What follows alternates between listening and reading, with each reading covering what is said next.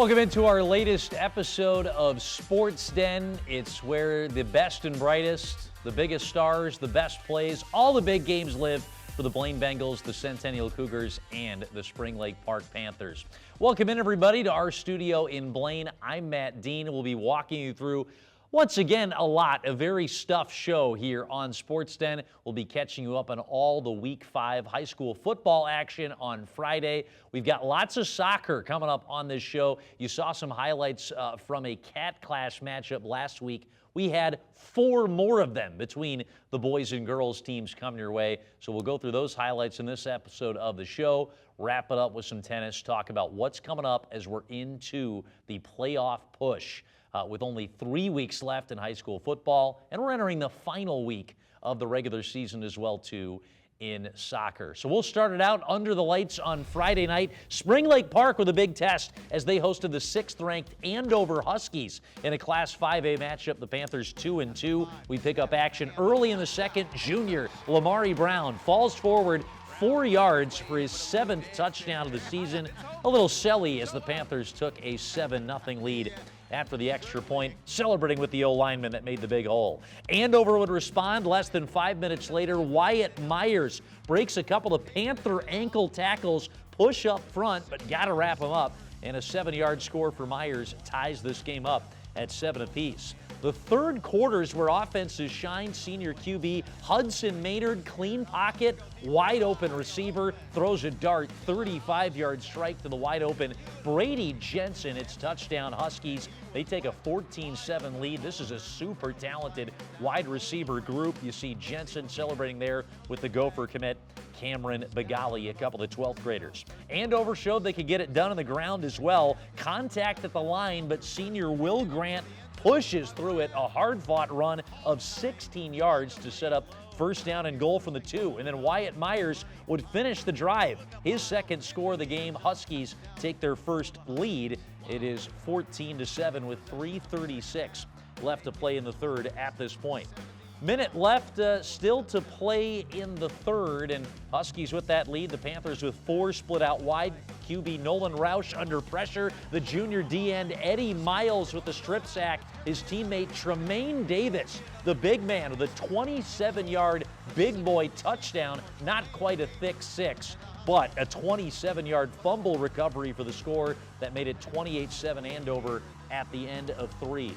Spring Lake Park would not go down quietly. How about Priority Mail Express delivery from the UPS man? Lamari Brown refused to go down. A 7-yard touchdown. He ran about 25 yards to get there. 28-14. The Panthers get one back, and look at this stick-to-itiveness. Brown never giving up on the play and making about 8 guys miss, it felt like, in his way to the end zone. But it's not enough. Wyatt Myers, 3rd touchdown of the game, a 3-yard score this time, made it 35-14, less than 3 minutes left to play in the ball game.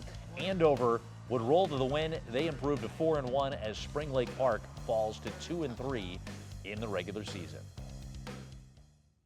Feels great. I mean, the O-line was blocking well. We knew what we had to do. It's not all me. Everyone was working together as a team. It was a great win. Yep, you guys had a difficult time in that first quarter. What were some of the things you guys were facing? Just things we're executing that we thought were going to work. We weren't really coming together as a team, but halftime we reset. New game, 0-0. We knew what we had to do to win, and we did it. Yep, we got the dub 35-14. I guess now on a 2-game win streak, what's the mindset going forward? Just keep working hard week by week. Got to work hard every practice, one day at a time. All right, so the Panthers fall 6th-ranked Andover, their 4th straight win. Following a Week 1 loss against St. Thomas Academy. You see in the highlights, and the stats bear it out, the Panthers hung around in this game. They're only outgained 262-200, but a couple of costly turnovers. The Panthers at times struggling to finish drives, the difference in the game. Lamari Brown, we saw the highlight reel runs, but he's held to a season-low 66 yards. He made 3 catches for 41 yards in the passing game to go along with it, and the Panthers falling to 2-3 on the season. And we move on to our other Friday night game. Number 9, Blaine traveling to Maple Grove to take on the 2nd-ranked Crimson. Unbeaten are Maple Grove in this top 10 matchup. Opening drive of the night, Bengals with the football. Sam Shaughnessy off the play fake carries it 23 yards to get the ball into Crimson territory, but Blaine not able to turn it into points. The Crimson tide would start to rise, and Chuck Lungama from 8 yards out turned the corner with 5:28 left in the first to get Maple Grove on the board first and make it 7-0. On to the second quarter, 3 minutes in, another keep for Shaughnessy, the Bengal quarterback, from the Blaine 37 down to the Maple Grove 39. 24-yard gain from the big play machine. But once again, that's all the Bengals could really show for in this drive. No points. And it goes back to Maple Grove. Lungama, you've got to wrap this guy up. He makes the first man miss. He's off to the races. Gets outside for a 33-yard pickup. Maple Grove knocking on the door of the red zone after this big gain from the future North Dakota Fighting Hawk. Junior quarterback Caden Harney would drop back and find the fullback Bo Draheim, a senior, for a 23-yard passing touchdown. Class 6A's top scoring team with a 14-0 lead here on Blaine before the half. And the Crimson weren't done. This one a 19-yard tutty, second of the game, 11th of the season for Chuck Lungama, and Maple Grove rolled with a 21-0 lead into halftime. Look at that hole from that imposing Maple Grove offensive line, one of the best in the state. Early third, Chuck turning into Chucky Lungama. It turned into a horror show for the Bengals, this time through the air, a 40-yard catch and score. 28-0, Lungama's first receiving touchdown this year, his third total in the game against the Bengals. Maple Grove would use their backup running back James Engel here to get the edge in a 10-yard rushing score. That made it 35-0 Crimson before the end of the third quarter. They would roll to the victory, no points to the fourth, and go on to the 35-0 shutout win. So Bengals held to a season-low 111 total yards in this game. Chuck Lungama, who gashed the Bengals for 328 yards and 7 scores last year in Blaine, he's held to a measly 103 yards. Had a great game. That is the lowest single-game total that Lungama has had in 2 years of his varsity career. That's the floor for this guy. Super talented running back and a great offensive line. The Bengals dropped to 3-2 on the season and lose to, I would make a case, best team in the state, Maple Grove. We've seen them a couple of times on North Metro TV. Centennial was in action at Osseo on Friday. The Cougars 2-2 coming into this matchup with the Orioles' first road game since week 2. Less than 5 minutes into the first, Centennial knocking on the door. They give it to Ben Clausen, senior linebacker who comes in as a goal line back. Second touch of the year, a touchdown. And then junior Caleb Melzer, who crossed 100 carries in the season in this game, 1-yard score, 14-0 end to 1. Junior Wes Kranz puts it up, and that's mine. Iggy Cooper goes up and gets it. 32-yard touchdown, 14-7, about 5 minutes to go till half. Isaac Volinsky Strauss would flip it off here to Kellen Binder. The senior did the rest, 12-yard passing touchdown. It was 22-7 Centennial at the half.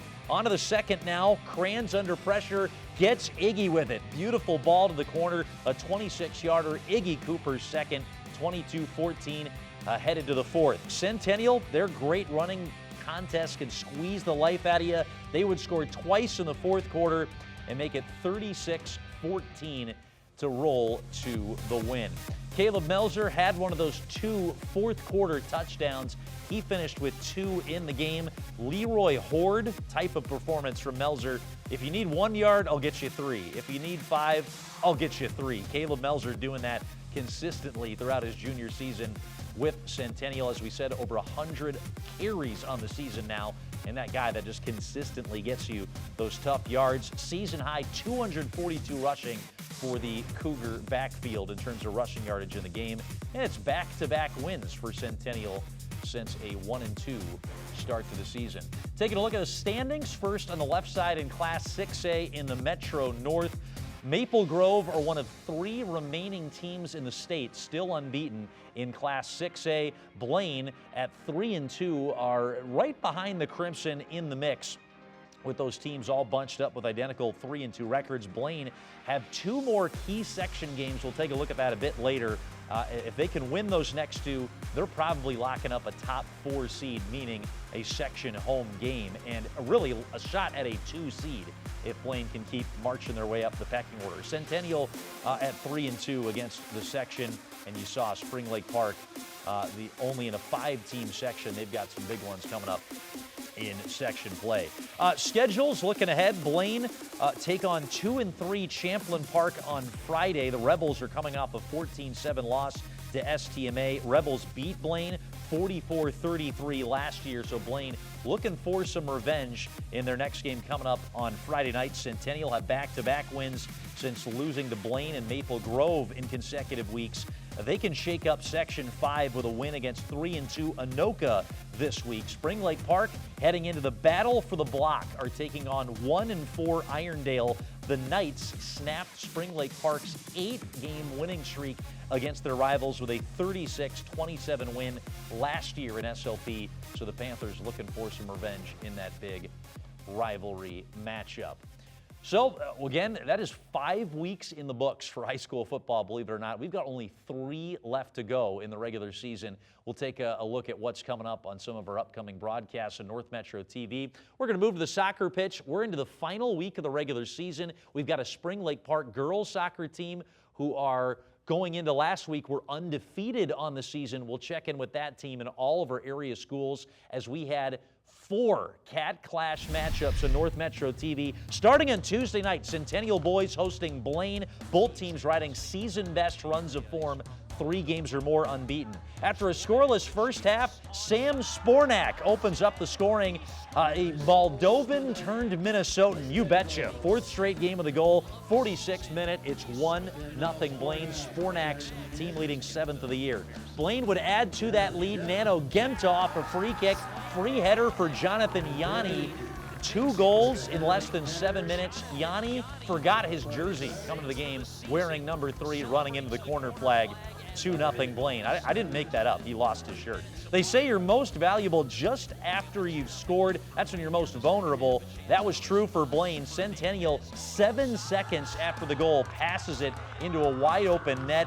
5th goal of the season for senior Minty Shady in the 48th minute. We've got some action to start the second half. If you left and got some popcorn, you missed 10 minutes, you missed a lot. How about Landon Peterson across to Demir Sesic, the sophomore's 6th of the year? That's 4 goals in less than a 4-minute span. 3-1 Blaine was the score as the dust settled. And we weren't done yet in this game. Just when I thought they were out, Minty Shady, he pulls me back in. He switches, knocks it across. Beautiful finish. The senior with his 2nd of the night, 6th of the year. It's a 1-goal game again and still 30 minutes left to play.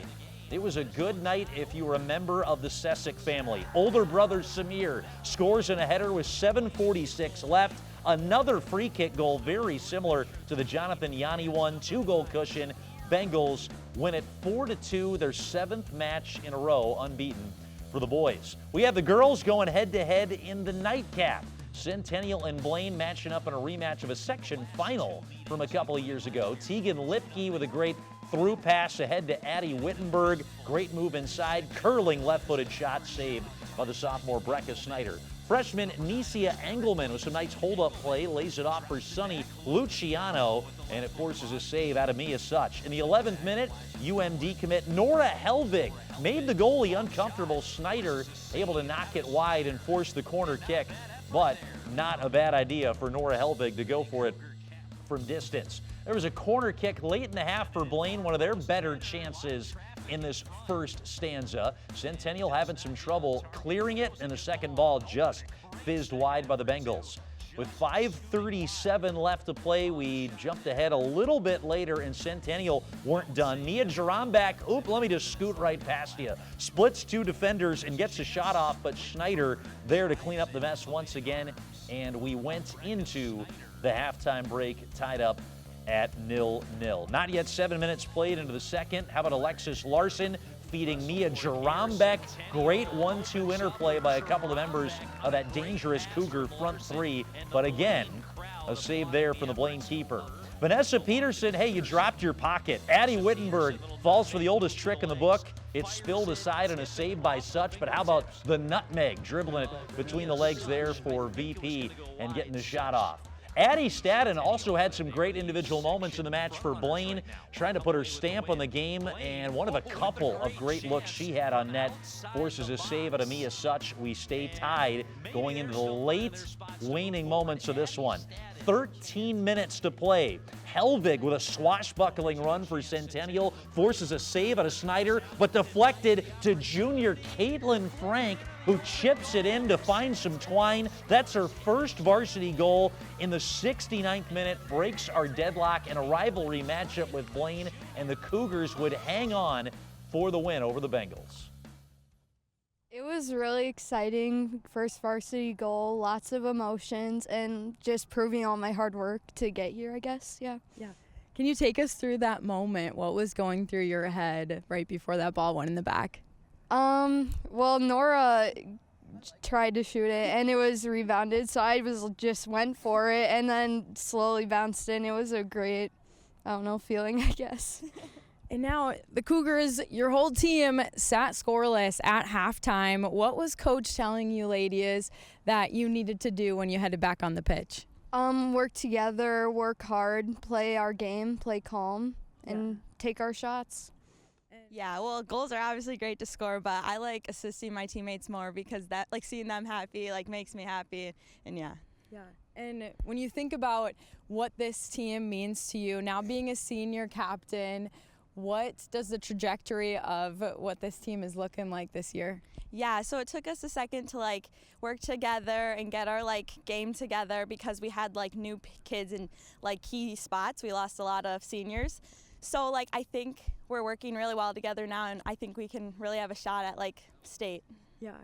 And what was working for you ladies throughout this game that you're going to hope to take to some of the games in the future? I think just keeping our heads up when we're down. Obviously we didn't get a goal right away and at halftime, so we're just we have to keep going, and we knew we'd get one eventually. Yeah. And the Centennial girls were in action again on Thursday night, traveling to Spring Lake Park to take on the undefeated and top 10 ranked Panthers. 15th minute of the match. Somebody tell Mia Jarombeck it's against the rules to tie a ball to a string. It looked like she was doing it there. Great stuff from the senior, forces a save out of the SLP netminder. Alexis Larson with a cross here for the Cougars. Dangerous play by the defender Riley Turnbow. The senior, though, hits it right to her goalie, and Brooke Gorish settles things down for the Panthers. No harm, no foul. Centennial, the corner kick, tipped up in the air initially by Gorish. She'd hang on to it, and that would squash the chance. Free kick chance, Viviana Smith following her own deflection, looking for a highlight reel goal. She wouldn't get the goal. She'd get on the highlight reels, however, and it stayed 0-0 in this one. 9 minutes gone in the second half. This play is called Hole Up and Let Her Cook. Brianna Finnegan, she was cooking. 1, 2, 3 defenders, has the goalie to beat. Oh, and the finish. Chef's kiss, team leading 15th goal of the season. It's a beauty from Brianna Finnegan. I mean, look at that. All right, so now you got the lead, 1-0 Spring Lake Park. Can you hold on to it? Centennial would not go down without a fight. Larson to Jarombeck, Brooke Gorish right there to make the save. Larson trying again, looking for Jarombeck off the crossbar. By the skin of their teeth, the Panthers stay in front in this game 1-0.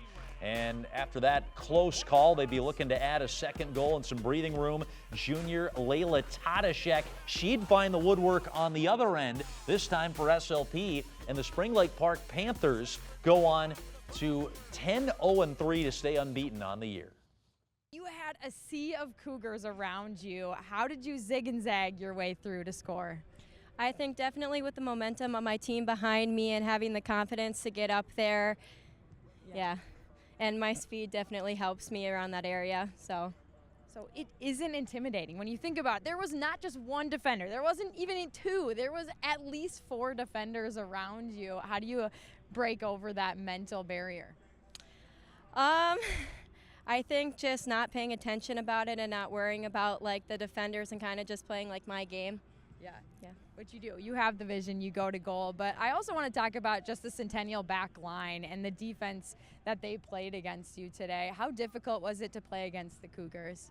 I think it's difficult a lot of the time because a lot of people know my speed, so they definitely have people on me, but definitely like playing 1-2 touch with my team and kind of being able to run around them really helps. All right, so then the boys' side of the matchup to close the night, SLP trying to snap out of a slump, 4 straight without a win. Less than 4 minutes in, free kick for the Cougars. That's Sebastian Fernandez, the junior, netting his first career varsity goal. Great bounce shot off the free kick, 5th minute.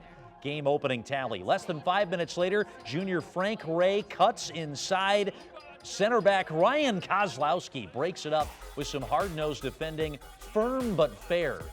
Like a good substitute teacher, makes the play to squell the opportunity for Spring Lake Park. Still in the opening 12 minutes, junior Jacob Knockin found some joy down the left side. He found the game's tying goal in the 13th minute. A lot of action early in the first half. We were knotted up at 1-1 in this one.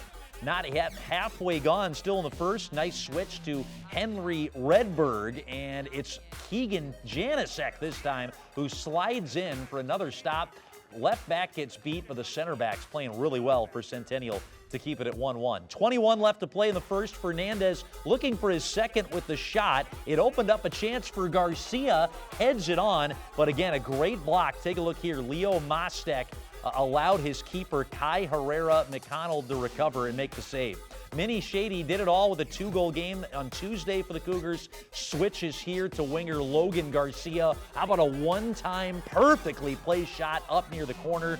Shady with the assist. It's 2-1 after this terrific goal from Logan Garcia. 29 minutes left to play still in the match. Jacob Knockin had a chance at a similarly spectacular goal.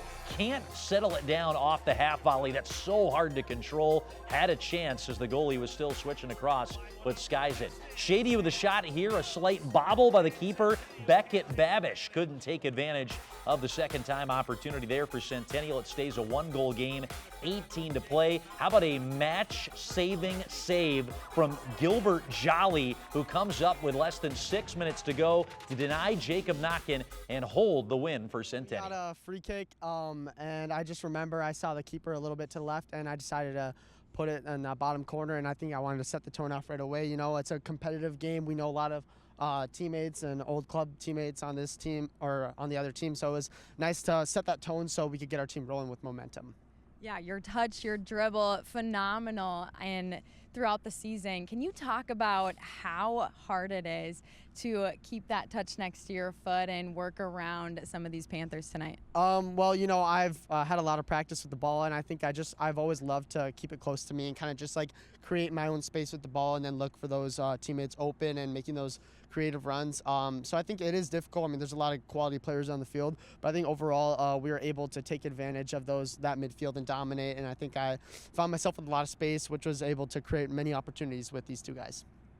I just saw the ball come to me and I just hit it. I don't really know what happened, but it just came to me and I finished it. Well, hey, I'll let you know. It was a great redirection. Minty Shady got it up to you. Yeah. And for you to get that ball past the goalkeeper, what does it mean maybe when you think about that your goal had such weight to it, importance for the victory to happen tonight? I felt like it had a lot of importance because my team hasn't had a good regular season this year yet, but this win will really help us with our coach getting his first win this year. And obviously this guy's assisted me a lot of this year. Yeah. What was going through your head as you sent that ball forward? My first thought was I'm going to get a shot off, but they closed the gap and I saw him coming across the line. I was like, I'm going to play him this ball because I've seen him do it before and I have trusted him fully because as any of those guys, I'll play them a ball to where I know if I play that to them, they can finish it and do something well with it.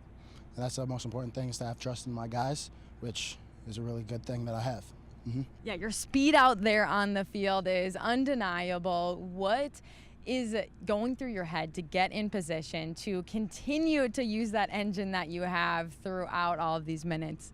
It's actually my mom and dad. They always in the stands yelling at me like, keep it going, keep doing this and keep pushing. And I think that really pushes me forward. It's harder to work for something I want because of everything they've given me. I just want to give them something back. And if it's not much, just a little game, I'm willing to do that for them. So,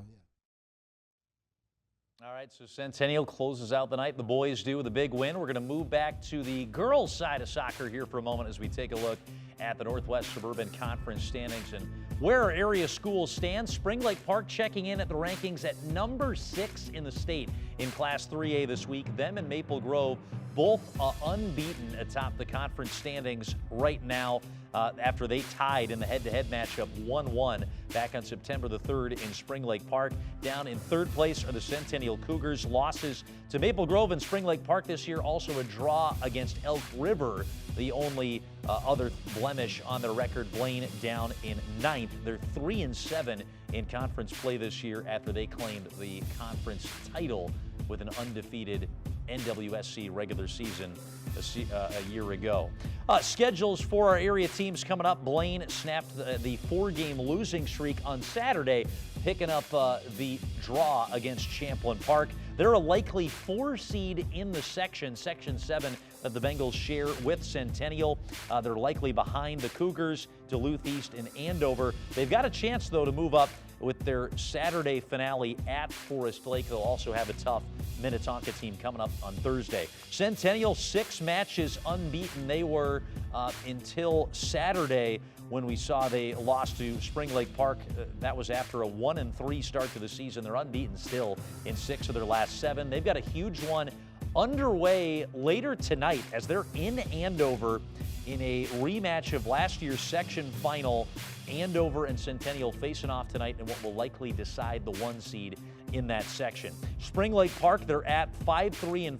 Totino Grace tonight. That should be a winnable game for the Panthers. They'll face 7-6 Mounds View on Saturday as they look to close out an undefeated regular season. That Mounds View matchup, a section matchup, although the Panthers are probably a top seed in the section regardless. Moving on to the boys' side, here's the Northwest Suburban Conference standings. Maple Grove are dominating, set to win the league as they face a struggling Elk River and a decent Osseo side on the slate this week. Blaine sit in 7th, Centennial right behind him in 8th after that head-to-head loss to the Bengals. Spring Lake Park in a 3-way tie for 10th.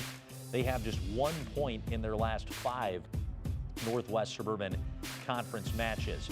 Here's what's coming up for the boys in soccer. Blaine 7-4-3 with 2 to play. They've got Armstrong tonight, Park Center Wednesday, both conference games to close out the year. Blaine, they have an unassuming record, but they have dominated their section where they're 6-0, a virtual lock for the 1 seed, and that means Blaine likely are going to head into the postseason with home field advantage all through the section playoffs as they look for their first state tournament trip since 2012. Centennial, they're playing better as well, too. You heard Blythe talking with some of the Cougars after that big win on Thursday, unbeaten in 4 of their last 5. They got Andover tonight. Spring Lake Park, Totino Grace as they're in action tonight in one of their final 3 remaining contests. Want to check in on girls tennis. Cat clash, more like a cat smash. Blaine dominates 7 for 7 in a sweep. They do not drop a set in a commanding victory over the Spring Lake Park Panthers. We'll also check in on what's upcoming on our North Metro TV schedule. Cat clash on the volleyball court. Don't want to miss it this Thursday as Elena Hakey and the Cougars take on the Blaine Bengals. Minnesota Golden Gopher commit in that one for Centennial. Centennial hosting Anoka on Friday in football as well, too. Another busy week. You saw our upcoming schedule. Check it out at northmetrotv.com. We've got another big one coming up this week. We will wrap it all up for you next Monday right here on Sports Den. I'm Matt Dean signing out. Want to thank our director, Tim Shingen, Ted LaRue, and Rand Thill all with us in studio in Blaine. Back to talk with you next week right here on Sports Den.